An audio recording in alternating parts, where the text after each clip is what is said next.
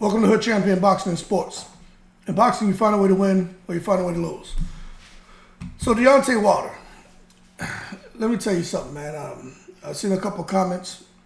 Some people like the energy that he's brought when he's come face to face with Tyson Fury. Some people like the energy he's brought when he's come face to face with Anthony Joshua. I personally think there's a time and place for everything. But for me, if I gotta, first of all, if I have to say bad things about you when I see you, I probably won't talk to you. And if you speak to me, I may be like, all right, what's up? That's it, but I'll keep going. But the energy's still good. You're gonna know that. I don't really fancy you, you know. But that's just me. I do believe in prayer. I believe in forgiving. And I believe if you dwell in the past, you miss out on future opportunities. And if you continue to hold on to things and let them cling to you like little barnacles, the stuff that someone's done to you or things that worry you, I think you can create your own misery. But at the end of the day, if you're going to be Al Capone, go all the way. And that's my issue here. You got Deontay Wilder there. Tyson Fury. Look, it's no secret. Deontay Wilder thinks Tyson Fury cheated. He tells you he knows he's cheated. He tells you he knows people who knows he's cheated. He tells you he knows people who he has spoken to people who are behind the scenes, part of the secret society, key decision makers, who've told him they know that he was cheated. Okay, if that's the case, why in the world would you go up and dap that man up and hug him in Saudi Arabia? All these years you're talking about Anthony Joshua. He's scared of you, he's this, he's that, his promoters this, the zone this, that. Right? Afraid of fighting me. These fighters are B words, this and that. So when you get out there now and they ask you about this whole thing, about Anthony Joshua and fighters, the whole Day of Reckoning panel, and you just say, I hope we can make the fight. I wish you nothing but the best. Even if we don't fight, I genuinely wish you nothing but the best. Then you back there in the States, and you go right back to being Al Capone. Yo, listen. If you don't like them, if you don't have nothing positive to say about them when you're not in their face, in their presence, so don't come now and start doing that. Now, this is my opinion. I've read comments from people. But I do believe this. Sometimes when people, it's like me, my heart is good, you know? Like, it's a fight for me to continue holding the grudge. But there's some things where it's like, no, I just gotta let that person go. But I ain't wired like that to wake up every day and look at you and be angry and be a kind of way. You know what I mean? I just ain't. It's like it's like refreshing your system. Every day I wake up, it's like a refresh. You know, I'm out there being positive and happy, trying to have a good time. But I'll tell you what, if every time I got to talk about you, there's a couple people who I've come across. I don't care what's going on with that person. It could be their man, last breath. Like, champion. I'd be like, yeah, you're out of here. Because I ain't helping your ass. There's only a handful of people over my 48 years on this earth that I've come across where it's like, nah, I guess you out of here today, champ. Nice knowing you.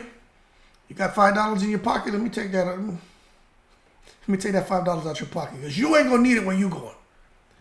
But for Deontay Wilder, I just think if you're gonna get in these guys' faces, man, don't say nothing at all. It's okay. People talk about, oh, Jarrell Miller's brash. He's disgusting. He's this. I do think he's a bit disgusting. I do think he's a bit brash, but I also believe that he is himself 100%. That's why I talk about Adrian Broner. We can talk about all the bad things with Adrian Broner, but when you come back full circle, Adrian Broner is what he is, who he is. Even I, man, depending on where I'm at, certain things I'm just not going to say and talk, and certain things I'm just not going to do. Broner doesn't care. Okay? I care. But I respect the fact, his realness. Now, just because I don't say certain things don't mean that I'm not a real, genuine person. I know there's a time and place for everything. But I'm not going to get around somebody and be in their face and smiling and grinning and he-ing. I'm not doing that. Now, if they come to me to talk and then we have a conversation and we get beyond our differences, that's different. But I'm not just going to come out there and without a conversation and think you and I are going to sit here, man, and fight the power together and go down there, man, and break bread and sip tea and have a cup of coffee, man, and go out there, man, and pitch marbles together and go golf. We're not doing that. You and I will not be out there, man, four-wheeling together and all that. We ain't doing that. We're not kumbayaing. That shit is over. But I don't know. I really don't know what to think of Deontay Wilder. Getting in these guys' faces, and I just didn't. I honestly didn't get it. I didn't get it, and I don't get it. When AJ, maybe because he realizes maybe it's not all on AJ. Maybe right now, maybe he feels, AJ wants to fight. It's his people.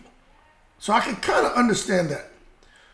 But that Tyson Fury, hey man, I don't get it. And the reason this conversation is happening is because two of his biggest rivalries, Fury and AJ, with all the stuff with Fury. Y'all can say what you want, man. You know I got the hairy eyeball on Fury. I know people are like, oh, hood champion, stop listening to what people say. Yo, my man, I did a video on this.